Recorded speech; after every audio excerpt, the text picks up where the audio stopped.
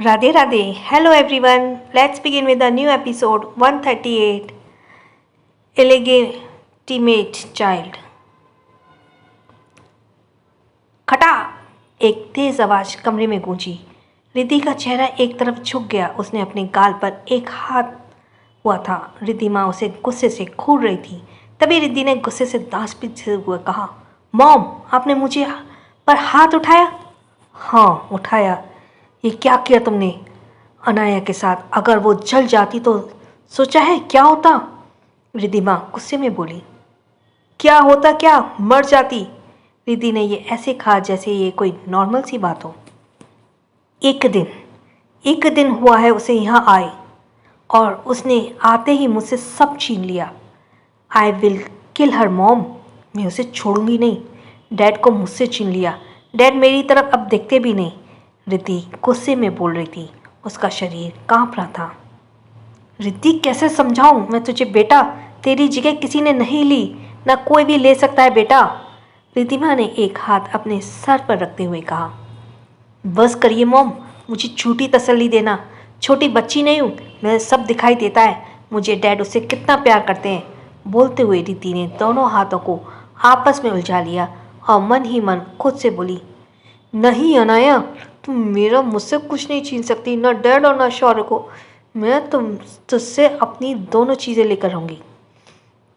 रिद्धिमा ने देखा रिद्धि का गुस्सा शांत ही नहीं हो रहा है, तो वो उसे एक नज़र देखकर चली गई। उसके जाते ही रिद्धि ने पूरे रूम को तहस नहस कर दिया। इधर अनुराग ने मंजीत को शौर्य और अनाया की शादी होने की सच बता दिया। मंजीत चौंक गया था। उसे यकीन नहीं हो रहा था कि अनाया वही लड़की है जिसकी वजह से उसका बेटा कोमा में है। क्या सच में जीजा जी वो आपकी पहली पत्नी की बेटी है? मंजीत ने आंखों में हैरान बढ़ते हुए सवाल किया। हाँ, वो मेरी और शरण्या की बेटी है, अनुराग ने कहा। तो अब आप क्या करेंगे? मंजीत ने सवाल किया। वही सोच रहा हूँ कि अब आगे क्या करना है। इतना बोलकर अनुराग ने मन ही मन खुद से कहा, सच क्या है वो कभी किसी को पता नहीं चलेगा। दूसरी तरफ शांतनु अपने रूम में था और वो एकटक सामने की दीवार पर टंगी पेंटिंग को देख रहा था जो एक लड़की की थी। उसके होठों पर दिल प्रेम मुस्कुराहट थी। वो कुछ कदम चलकर आगे आया ही ताकि पेंटिंग पर हाथ रख प्यार से उस पेंटिंग में बने चेहरे को सहलाते हुए कहा, तो फाइनली तुम मुझे मिल गई।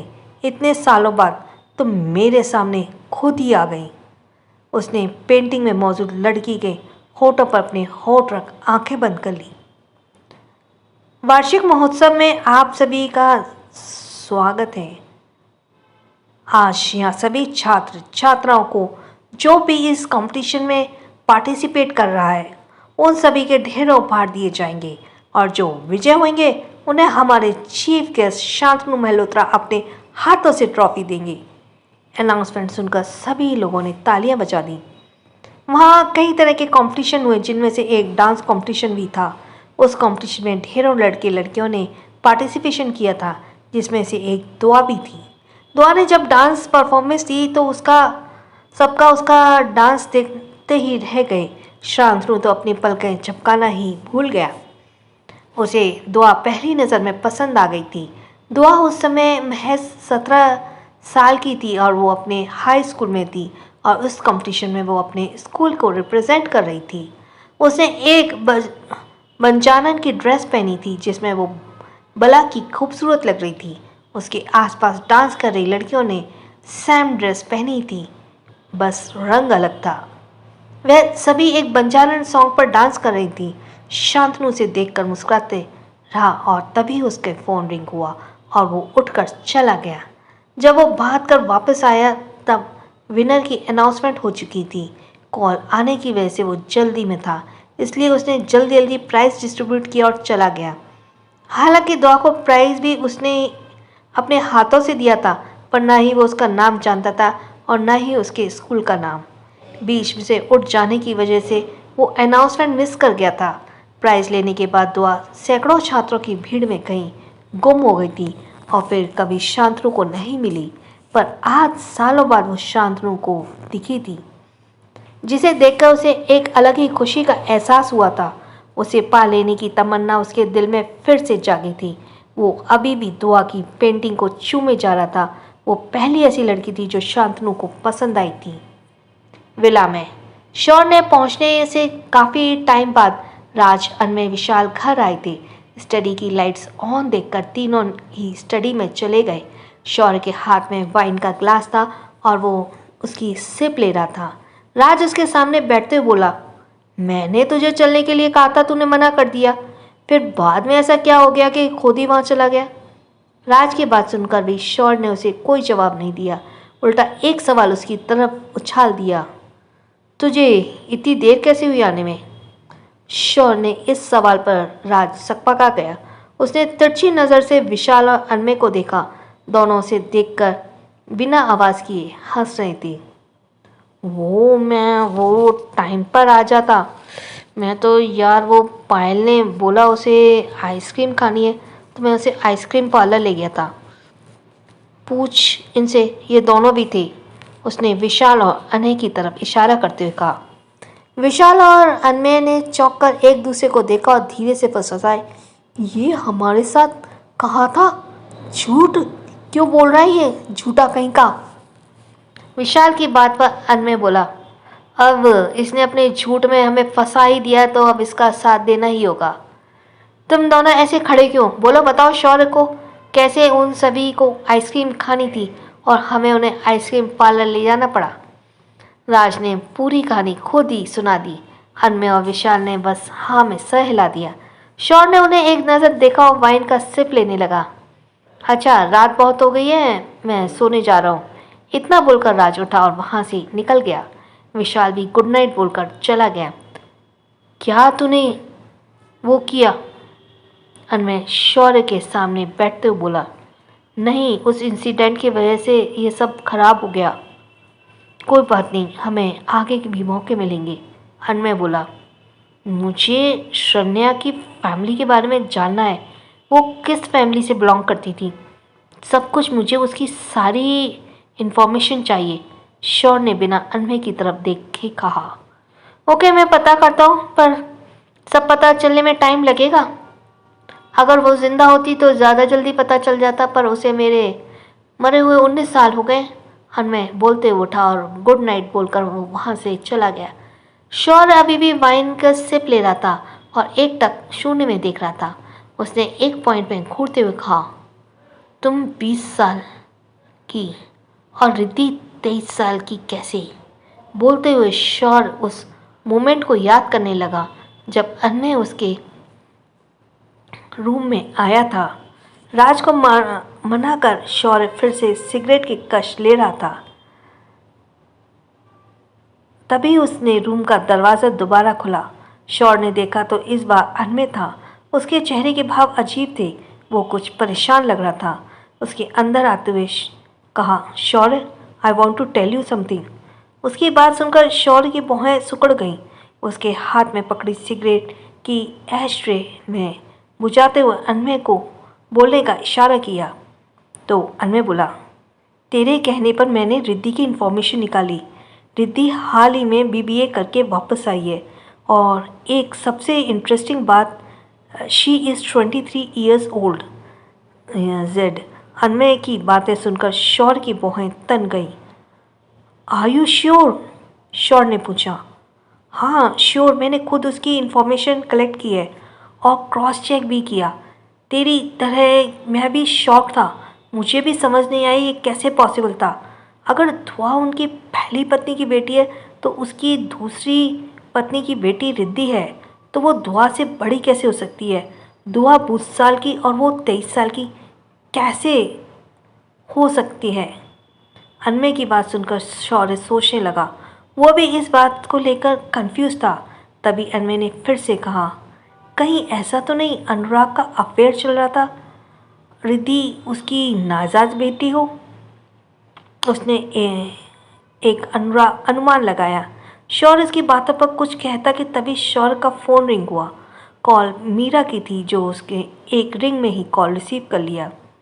हाँ माँ, शौर्य ने नॉर्मल टोन में कहा, पर दूसरी तरफ से मीरा ने गुस्से भरी आवाज़ आई, शौर्य, ये मैं क्या सुन रही हूँ? दुआ को वो आदमी ले गया और तुमने उसे जाने दिया? मीरा की बात सुनकर शौर्य एक हाथ अपने माथे पर रख लिया। शौर्य, वो अब मेरी बहू है और तेरी पत्नी। मैं तुझे रिश्ता निभाने के लिए फोर्स नहीं कर रही, पर मुझे मेरी बहू चाहिए। मैं नहीं जानती ये कैसे करेगा। तेरे पास 1 हफ्ते का टाइम है। 1 हफ्ते बाद मुझे मेरी बहू मेरे घर में चाहिए। इतना बोलकर मीरा ने बिना शौर्य की एक भी बात सुने कॉल कट कर दी। शौर्य के हाथ अपने हाथों पर रब करते हुए गहरी सांस ली और कुछ देर बाद शौर्य और मैं दोनों रेडी होकर पार्टी के लिए चले गए। Present time. शौर्य ने अपना फ़ोन निकाल किसी को कॉल किया और बोला, कल मुझे ऑफिस में मिलो। इतना बोलकर उसने कॉल कट कर दिया और होठ पर डेविल स्माइल लिए बोला, बहुत हो गया, नाउ इज माई टर्न। अगली सुबह दुआ रेडी होकर हॉल में आई। दुआ को देखकर अनुराग ने स्माइल करते हुए कहा, अब कैसा फील कर रही हो तुम?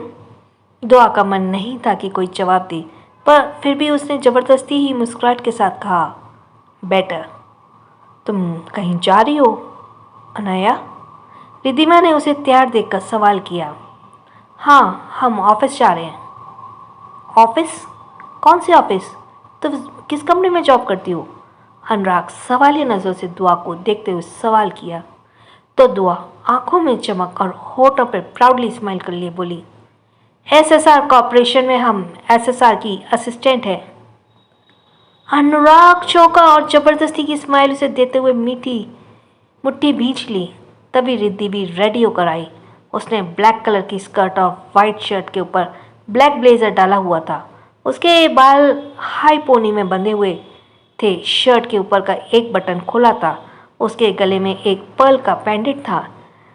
ब्लैक कलर की हाई हील शूज़ के साथ वो एक प्रोफेशनल बिजनेस वुमेन लग रही थी। दुआ ने उसे एक नज़र देखा और खुद से कहा, इम्प्रेसिव, मेहनत तो काफ़ी की है तुमने। दुआ जाने लगी तो अनुराग ने उसे रोकते हुए कहा, बेटा ब्रेकफास्ट करके जाओ, हमें देर हो रही है। दुआ ने बिना पीछे मुड़े कहा और बोलते हुए निकल गई। एटीट्यूड, रिद्धि धीरे से फुसफुसाई और वो भी जाने लगी। रिद्धिमा ने उसे रोका तो उसने भी बिना पीछे मुड़े कहा, सॉरी मॉम, मेरी इंपॉर्टेंट मीटिंग है एसएसआर के साथ, so I can't late any more. और वो ये बोलते हुए निकल गई। पीछे अनुराग ने दोनों हाथ की मुट्ठी बना ली। क्या सच में रिद्धि अनुराग की नाजायज बेटी है या अतीत में छुपा है कई और राज? क्या शौर्य मीरा की डिमांड को पूरा कर पाएगा? क्या होगा जब शांतनु के सामने दुआ और शौर्य की शादी का सच आएगा? उसके लिए आपको नेक्स्ट एपिसोड सुनना पड़ेगा। So okay, let's go for a next episode 139, angry दुआ एंड जेलसी। मेरी दोनों बेटियां उस एसएसआर के साथ काम कर रही हैं, मुझे कुछ तो करना होगा। अनुराग ने मन ही मन खुद से कहा और रिद्धिमा की तरफ देखा जो उसे ही घूर रही थी। क्या देख रही हो ऐसे? तुम नहीं जानते मैं तुम्हें ऐसे क्यों देख रही हूँ? रिद्धिमा गुस्से में बोली। मैं ऑलरेडी बहुत परेशान हूँ रिद्धिमा, मुझे और परेशान मत करो। अनुराग ने झुंझला कर कहा, मेरी बेटी को कुछ नहीं होना चाहिए, मत भूलना कि वो तुम्हारी भी बेटी है। रिद्धिमा मुंह बनाते हुए बोली, कुछ नहीं भूला हूँ मैंने जैसा सोचा है मुझे वैसे करने दो। इतना बोलकर अनुराग चला गया। रिद्धिमा गुस्से से अपना हाथ मसल कर रह गई। पता नहीं और कब तक मुझे अच्छा बनने का नाटक करना पड़ेगा। कल तो मैंने रिद्धि पर हाथ भी उठाया उस लड़की के लिए, वो अब तक मुझसे नाराज़ है। रिद्धिमा दुखी भाव में बोली। दुआ अब बाहर आई तो सिम्बा को देखकर चौंक गई। भाई आप यहाँ? तुम्हारा बॉडीगार्ड हूँ तो कब तक छुट्टी पर रहता? सिम्बा ने मुस्कुराते हुए कहा। तो दुआ दोनों हाथ बांध कर बोली, आपको उन्होंने भेजा है ना? दुआ रास्ते में बात करते हुए, चलो बैठो। सिम्बा कार का दरवाज़ा खोलते हुए बोला तो दुआ बैठ गई। रिद्धि अपने कार के पास खड़ी होकर सब देख रही थी। उसने गुस्से से कार डोर खोला और बैठकर चली गई। दुआ मुंह फुलाए बैठी थी तो सिम्बा उसे देखकर हंसते हुए बोला, क्या बात है, आज मेरी छोटी बहन बहुत गुस्से में है? हाँ, हम गुस्सा हैं और हम बात भी नहीं बता भी नहीं सकते। कैसे बताएं? हमें तो खुद समझ नहीं आ रहा है हम क्यों गुस्सा हैं। हमें मिक्स्ड फीलिंग आ रही है, समझ नहीं आ रहा हम किसे क्या कहें। दुआ का गुस्सा देखकर सिम्बा मुस्कुरा बोला, अच्छा ये बताओ पहले कहाँ जाओगी? हमें घर ले चलो, हमें अब्बू को देखे पूरे 24 घंटे से भी ज़्यादा हो गया है, उसने कहा और मुंह को पाउट बना लिया। सिम्बा भी मुस्कुराया। फ्लैट में चित्रा जल्दी कर यार, मुझे देर हो रही है, आयशा ने चिल्लाते हुए कहा। हाँ यार आ रही हूँ ना, तुम बहुत ज़्यादा जल्दी कर रही हो, चित्रा बाहर आते हुए बोली। ओ मैडम, आप ना नई नई हैं इसलिए तुम्हें एसएसआर के रूल नहीं पता। देर से ऑफिस आने वालों को बाहर का रास्ता दिखा दिया जाता है वहाँ, आयशा ने वार्निंग देते हुए कहा। तो चित्रा बोली, क्या सच में सबके लिए एक ही रूल है? हम लोगों के लिए भी सेम रूल होंगे? तुम कहना क्या चाहती हो? आयशा ने सवालिया नज़र से उसे देखा। मेरा मतलब है एसएसआर तो हमारे जीजू हुए ना, फिर हमें तो थोड़ा छूट मिल ही सकती है। पहले तो वो उसे बीवी तो माने अपनी, फिर तुम अपनी साली बनना उसकी। आयशा ने टोंट मारा और बैग टांग कर बाहर चली गई। चित्रा भी उसके पीछे पैर पटकते हुए चली गई। दुआ असद और मन्नत से मिलने के बाद ऑफिस आ गई थी। उसने शौर्य की प्राइवेट लिफ्ट यूज़ की। वो बिना नॉक किए शौर्य के कैबिन में एंटर हुई तो उसकी आंखें चौड़ी हो गई। सामने कॉच पर शौर्य और रिद्धि एक दूसरे के आमने सामने बैठे थे और उनके आगे कॉफ़ी के मग रखे थे। अचानक डोर खुलने से शौर्य और रिद्धि ने भी उसकी तरफ देखा था। दुआ को देखकर शौर्य के होठों पर ना दिखने वाली स्माइल आ गई और मन में खुद से बोला, तो तुम आ गई? तो वहीं रिद्धि उसे घूर कर देखने लगी। इससे भी अभी आना था, उसने मन ही मन खुद से कहा। दुआ दोनों के पास आई और रिद्धि को देखकर फीकी मुस्कान होठों पर लिए बोली, अनाया तुम यहाँ क्या कर रही हो? दुआ कुछ कहती उससे पहले ही शौर्य ने कहा, ये मेरी पीए है। क्या सच में अनाया तुम? हाँ, दुआ ने उसे घूरते हुए कहा और उसकी नज़र तो सैम के शर्ट पर थी। उसे अच्छे से याद था जब घर पर उसने सैम को देखा था तो उसकी शर्ट का एक ही बटन खुला था और अब 2 बटन खुले थे। उसकी स्कर्ट भी थोड़ी ऊपर थी। क्या ये हमारे पति को सीड्यूस कर रही है? दुआ मन ही मन खुद से बोली। दुआ की घूरती नज़रों से परेशान होकर रिद्धि उठते हुए बोली, मैं तुम्हारा नीचे वेट कर रही हूँ, जल्दी आना। उसने शौर्य की तरफ देखा और कहकर चली गई। दुआ अभी भी उसे जाते हुए देख रही थी, तभी उसके मन में किसी की गर्म सांसें पड़ी। कान पर गर्म सांसें पड़ी। गुड मॉर्निंग, आवाज़ सुनकर दुआ एकदम से मुड़ी तो शौर्य से टकरा गई। शौर्य दुआ दोनों ने ही एक हाथ अपने सर पर रख लिया। तुम्हें ज़्यादा लगी तो नहीं? दुआ ने शौर्य से, तुम्हें ज़्यादा लगी तो नहीं, दिखाओ जरा, शौर्य ने बोलते हुए उसकी चोट देखनी चाहिए। तो दुआ ने एकदम से उसको झटक दिया। उसे घूरते हुए बोली, जाइए, आपका कोई इंतज़ार कर रहा है नीचे। शौर्य उसका गुस्सा देख धीरे से मुस्कुराया बोला, तो तुम जेलस हो रही हो? एक्सक्यूज़ मी, हम क्यों जेलस होने वाले, आप हैं कौन? जैसे ही दुआ ने यह कहा शौर्य ने उसकी बाह पकड़ उसे अपने करीब कर उसकी आंखों में देखते हुए कहा, क्यों इतनी जल्दी भूल गई? अनाया वालिया, तुम्हारा मेरे साथ क्या रिश्ता है? शौर्य का गुस्सा देख दुआ मुस्कुराई और उसकी आंखों में देख मुस्कुराते हुए बोली, आपको पता है आप कैसे इंसान हैं? आपको खुद नहीं पता आपको कब क्या चाहिए होता है। जब मर्जी चाह अपनी ज़िंदगी में शामिल कर लिया और जब मर्जी चाह निकाल दिया। आपने उसने दोनों हाथ शौर्य के सीने पर रख उसे धक्का दिया तो वो उससे दूर हो गया। हम कोई बेजान मूर्त नहीं, जीती जागते एक इंसान है। दर्द हमें भी होता है, बुरा हमें भी लगता है, तकलीफ़ हमें भी होती है शौर्य जी। बोलते हुए इसकी आंखों में आंसू आ गए। क्या गलती है हमारी? अगर हम एक ऐसे इंसान की बेटी हैं तो क्या कसूर है हमारा इसमें? क्या हमने ऐसी ज़िंदगी चाही थी? बताइए हमें, क्या गलती है इसमें हमारी? दुआ ने गुस्से और बातों की गिरफ्त के साथ उसकी आंसुओं की धारा भी तेज़ हो गई थी। शौर्य को एहसास था कि उसने क्या गलती की है और वो अपने दुख, उसके इनोसेंस को तो भूल ही गया था। उसने हाथ बढ़ाकर दुआ को छूना चाहा तो दुआ ने उसका हाथ झटक दिया। छूइए मत हमें, आपका कोई हक नहीं हम पर, कुछ नहीं लगते आप हमारे, दुआ गुस्से में बोली। क्या कहा तुमने? शौर ने एकदम से उसकी बाहें पकड़ कहा, उसके शब्द में गुस्सा था। तुम्हारे ऊपर सिर्फ मेरा हक है, तुम्हारे जिस्म, तुम्हारी रूह, तुम पर सिर्फ एक मेरा हक है। अगर किसी की तुम कुछ लगती हो तो सिर्फ मेरी लगती हो। किस हक से आप ये सब कह रहे हैं? दुआ के ऊपर भी उसका गुस्सा हावी था, इसलिए आज वो शौर को इतने गुस्से में होने के बावजूद भी उससे नजरें मिलाकर सवाल कर रही थी। बीवी हो तुम मेरी? बीवी? क्या रखे? दुआ ने अभी इतना कहा ही था कि तभी शौर उसे बीच में रोकते हुए जोर से चिल्लाया, दुआ! दुआ एकदम से डर कर खामोश हो गई और एकटक उसकी आंखों में देखने लगी।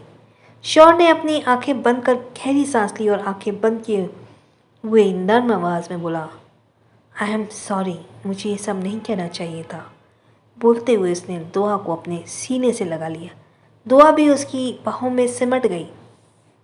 मुझे अब तक ये समझ नहीं आई, तुम्हारी इसमें कोई गलती नहीं है। तब तक बहुत देर हो चुकी थी दुआ। शौर ने उसका चेहरा अपने हाथों में भर कहा, प्लीज़ फॉरगिव मी। अपनी बात पूरी कर वो उसके होठों को छूने आगे बढ़ा तो दुआ एकदम से पीछे हट गई। किसी को बर्दाश्त की हद पार करने तक दर्द देना और फिर एकदम से उसे सॉरी बोल देना, क्या इतना आसान होता है शौर्य जी? बोलते हुए वो रुकी और हंसते हुए बोली, अरे हम भूल कैसे गए, आप तो ऐसे सराहा हैं। आपकी नज़रों में खुद को छोड़कर दुनिया की हर चीज़ मामूली है। तभी तो जब चाहा बेइज्जती कर दी और जब चाह सॉरी दिया, जब चाहा छोड़ दिया और जब चाहा अपना लिया। वो रोते हुए बोली। आंसुओं से उसका चेहरा पूरा भीग गया था।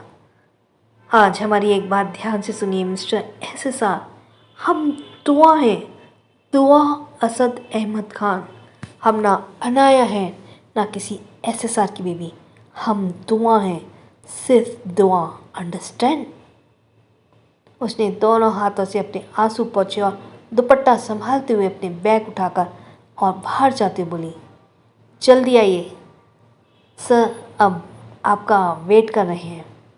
शौर ने आंखें बंद कर अपनी मुट्ठी कसी और कानों में दुआ की कई बातें गूंज रही थी। उसने वाकई उसे बहुत हर्ट किया था।